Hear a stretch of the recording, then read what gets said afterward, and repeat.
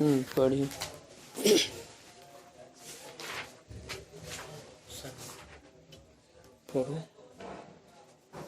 بسم الله الرحمن الرحيم الحمد لله رب العالمين والعاقبة للمتقين والصلاة والسلام على سيد الأنبياء والمرسلين وعلى آله وصحبه أجمعين أما بعد فإن أصدق الحديث كتاب الله وأحسن الهدي هدي محمد صلى الله عليه وسلم وخير الأمور لوازمها وشر الأمور محدثاتها وكل محدثة بدعة وكل بدعة ضلالة وكل ضلالة في النار. وبالسند المتصل من إلى الشيخ الإمام الهمام حافظ الحجة أمير المؤمنين في الحديث أبي عيسى محمد بن عيسى بن ثورة بن موسى الترمذي رحمه الله تعالى اللهم انفعنا بعلومه وعلومهم آمين يا رب العالمين. أنه قال باب ما جاء في ترقيع الثوب. وقال حدثني يحيى بن موسى قال حدثنا سعيد بن محمد الوراقي وأبو يحيى الحماني قال حدثنا صالح بن حسان عن عروة عن عائشة قال لي رسول الله صلى الله عليه وسلم إن أردت اللحوق بي فليكفك من الدنيا كزاد راكبي وإياك ومجالسة الأغنياء ولا تستخلقي ثوبا حتى ترقعيه. هذا حديث غريب لا نعرف إلا من حديث صالح بن حسان. سمعت محمدا يقول صالح بن حسان منكر الحديث. وصالح بن أبي حسان الذي روى عنه ابن أبي ذئب ثقة. ومعنى قوله إياك ومجالسة الأغنياء هو نحو ما روي عن أبي هريرة النبي صلى الله عليه وسلم أنه قال من رأى من فضل عليه في الخلق والرزق فلينظر إلى من هو أسفل منه ممن هو فضل عليه فإنه أجدر إلا يزدري نعمة الله. ويروى عن عون بن عبد الله بن عتبة قال صحبت الأغنياء فلم أرى أحدا أكثر هما مني أرى دابة غيرا من دابتي وثوبا خيرا من ثوبي وصحبت الفقراء فاسترحت. بسم اللہ الرحمن الرحیم. باب ما جاء فی ترقیع الثوب.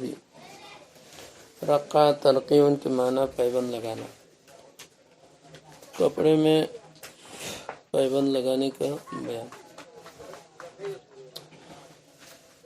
جو حدیث جو بیان کیے ہیں وہ اس حدیث میں اللہ کے رسول صلی اللہ علیہ وسلم نے بہت ہی عجیب و غریب نصیحت کی ہے. حدیث کا مضمون یہ ہے کہ حضرت عائشہ صدیقہ رضی اللہ تعالی عنہ فرماتی ہیں کہ اللہ کے رسول صلی اللہ علیہ وسلم نے مجھ سے یہ کہا تھا کہ ان اردت اللحوق بی. ایسا لگتا ہے کہ آپ صلی اللہ علیہ وسلم نے یہ جو حدیث ارشاد فرمائی ہیں یہ آپ صلی اللہ علیہ وسلم کی بالکل آخری زمانہ میں آپ کی وفات کی قریب میں آپ نے بطور وصیت حضرت عائشہ رضی اللہ تعالیٰ عنہ سے یہ حدیث بیان فرمائی اور یہ نصیحت آپ نے ان کو کی تھی. فرماتی ہیں کہ آپ صلی اللہ علیہ وسلم نے مجھ سے یہ کہا کہ ان اردت اللحوق بی، اگر آپ مجھ سے ملنا چاہتی ہو فَلْيَكْفِكِ مِنَ الدُّنْيَا كَزَادِ الرَّاكِبِ، تو آپ کے لیے دنیا اتنا کافی ہونا چاہیے جتنا ایک مسافر کا توشہ کافی ہوتا ہے. یہ پہلی بات ارشاد فرمائی، کیا معلق کیا کہ اگر ملنا ہے تو اتنی دنیا حاصل کرو جتنا ایک مسافر سفر میں جانے کے وقت توشہ لے کر جاتا ہے. مسافر سفر میں جب جاتا ہے وہ صرف بقدر ضرورت لے کر جاتا ہے. کون مسافر ایسا ہوگا جو حد سے زیادہ ضرورت سے زیادہ لے جائے؟ تو ضرورت سے زیادہ نہیں لے جاتے ہیں. اس لیے فرمایا کہ اگر ملنا ہے تو پہلی شرط یہ ہے کہ دنیا بقدر ضرورت حاصل کرو. دنیا کیا ہے؟ بقدر ضرورت حاصل کرو. ضرورت سے زائد دنیا حاصل نہیں کرنا چاہیے. یہ آپ نے پہلی نصیحت کی.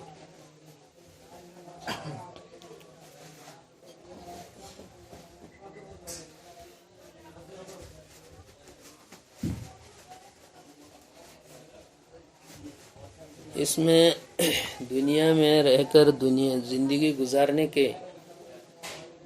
گزارنے کا نسخہ بتا رہے ہیں کہ دنیا میں آپ کو کیسے رہنا ہے. اگر وہاں مرنے کے بعد آخرت میں مجھ سے ملنا ہے تو دنیا میں زندگی گزارنے کا یہ نسخہ ہے کہ کیا ہے؟ بقدر ضرورت بس دنیا حاصل کرو، اس سے زائد نہیں. اس سلسلے میں کچھ باتیں شرعاً کیا ہیں؟ جائز ہیں اور کچھ ناجائز بھی ہیں. اس میں دیکھو کتنی دنیا ہم حاصل کر سکتے ہیں، کتنی دنیا حاصل کرنا جائز ہے اور کتنی ناجائز ہے. اس سلسلے میں حضرت مولانا اشرف علی تھانوی رحمۃ اللہ علیہ نے گھر کے بارے میں، رہائشی مکان کے بارے میں انہوں نے بہت اچھی بات کہی ہے کہ دنیا میں ہمارے لیے کتنی دنیا حاصل کرنے کی اجازت ہے اور کتنی اجازت نہیں ہے. تو اس میں انہوں نے مثال دے کر سمجھایا کہ دیکھو ضرورت کے بقدر دنیا حاصل کرنا یہ تو ضروری ہے، جائز ہی نہیں بلکہ کیا ہے؟ ضروری ہے. لہذا جیسے ایک مکان ہے، مکان سے انہوں نے مثال دی ہے. تو مکان بقدر ضرورت یہ کیا ہے؟ ضروری ہے. جیسے مکان بنا رہے آدمی صرف بارش سے بچنے کے لیے، رہنے کے لیے، سایہ ہو جائے، بارش سے بچ جائے، بس اسی طرح سے اپنی زندگی گزار لے. تو ایسا ایک مکان آدمی کے لیے کیا ہے؟ ضروری ہے. بارش سے بچنے کے لیے ایک مکان جو ہے یہ کیا ہے؟ آدمی کے لیے ضروری ہے. انہوں نے مثال دے کے مطلب گھر سے مثال دے کر سمجھا. تو اس کو کہتے ہیں رہائش کے لیے کوئی مکان بنانا، یہ تو کیا ہے؟ ضروری ہے. آگے اس کے بعد دیکھو صرف بارش سے بچنا ہی نہیں بلکہ یہ ہوتا ہے کہ اس میں رہنے میں تھوڑی سی راحت ہو، آرام ہو. رہنے میں کیا ہو؟ راحت و آرام کا بھی انتظام کرتے ہیں مکان میں. تو اس کے لیے مان لو چھت وغیرہ بھی کیا کرے، اوپر میں کوئی دیواریں لگا دی ہیں یا چھت لگا دی ہیں تاکہ دھوپ وغیرہ نہ آئے، اس سے راحت آرام ہوگی. کھڑکی وغیرہ لگا دیتے ہیں ہوا وغیرہ آنے کے لیے. تو یہ کیا ہے؟ راحت اور آرام والی چیز ہے. تو گھر میں یہ کرنا، یہاں تک کرنا راحت و آرام کے لیے، اس کو کہتے ہیں آسائش بولتے ہیں. راحت و آسائش کے درجے میں مکان میں آسائش جو راحت و آرام کے لیے ہے، اس کی بھی کیا ہے؟ یہ بھی گنجائش ہے. آسائش اختیار کرنا جس میں راحت و آرام کا انتظام کرنا، یہ بھی کیا ہے؟ جائز ہے. اس کے بعد ایک ہے کہ آدمی یہ کرتے ہیں راحت و آرام ہے، اس کے ساتھ ساتھ یہ بھی کرتے ہیں کہ کوئی تھوڑی سی کمرے کے اندر زینت وغیرہ بھی بنا دے تاکہ اس سے دل خوش ہو. دل خوش ہو تو دل کو بہلانے کے لیے، دل خوش کرنے کے لیے، اسی طرح سے اور بھی ہے کہ آنے والے مہمان وغیرہ کی اکرام تعظیم کے لیے اس طرح کیا کرنا، زینت، معمولی زینت اختیار کرنا مکان میں. اس کو اردو میں اگر لفظوں میں کہیں گے تو اس کو کہتے ہیں آرائش، نہیں رہائش.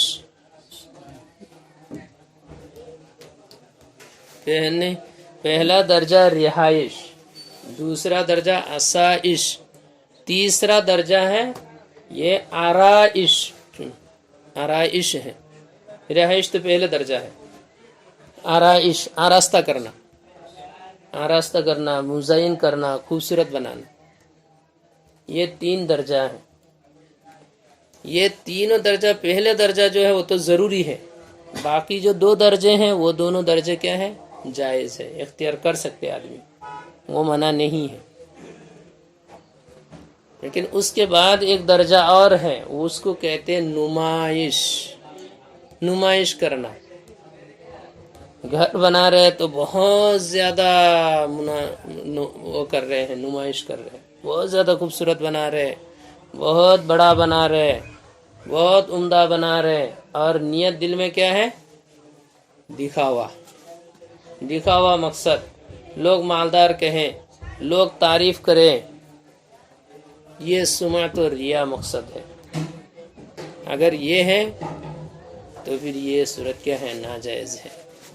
یہ جو طریقہ ہے، یہ جو آخری درجہ ہے، اس درجے کی دنیا حاصل کرنا کیا نہیں ہے، جائز نہیں ہے، یہ حرام ہے. گھر میں یہ انہوں نے سمجھا. تو یہ چیز صرف گھر کے ساتھ نہیں ہے، مکان کے ساتھ ہی نہیں ہے، دنیا کی ہر چیز میں یہ ہوگا. ہر چیز میں، لباس میں، کپڑے میں بھی یہ چلے گا. اب ہمارے لیے کپڑا بقدر ضرورت کپڑا تو پہننا ہے. بقدر ضرورت، جس سے سطر چھپ جائے اتنا تو کپڑا کیا ہے، ضروری ہے، یہ تو پہننا ہی ہے. تو یہ اس کو کیا کہیں گے، ضرورت. ضرورت، ضرورت ایک درجہ ہے ضرورت، اور اس کے بعد ایک درجہ کیا ہے، راحت. ضرورت یا کہو حاجت. پہلا درجہ کیا ہے، حاجت، ضرورت، ایک ہی ہے. دوسرا درجہ راحت. کپڑا کیا کر رہے ہیں، کپڑا پہن رہے ایک تو ضرورت کی وجہ سے، دوسرا کپڑا کیا ہے، آرام کے لیے. آرام کے لیے پورا جسم ڈھانک رہے کپڑے سے، تاکہ کیا، جسم کی حفاظت اور آرام راحت کے لیے ہے. اور اس کے بعد ایک درجہ کیا ہے، ضرورت، راحت. تیسرا درجہ مان لو زینت. زینت کے لیے کپڑا پہن رہے، عمدہ کپڑا پہن رہے تاکہ خود کو اچھا لگے، خود دل خوش کرنے کے لیے، اپنے دل کو خوش کرنے کے لیے، یا دوسرے مہمانوں سے ملنے کے وقت مہمان کو خوش کرنے کے لیے. تو ایسی نیت میں اپنے آپ کو مزین کرنے کے لیے عمدہ کپڑا پہننا، اچھا کپڑا پہننا، اس کی بھی کیا ہے، یہ 3 درجہ جو ہے، یہ تینوں درجے کیا ہے، جائز ہے.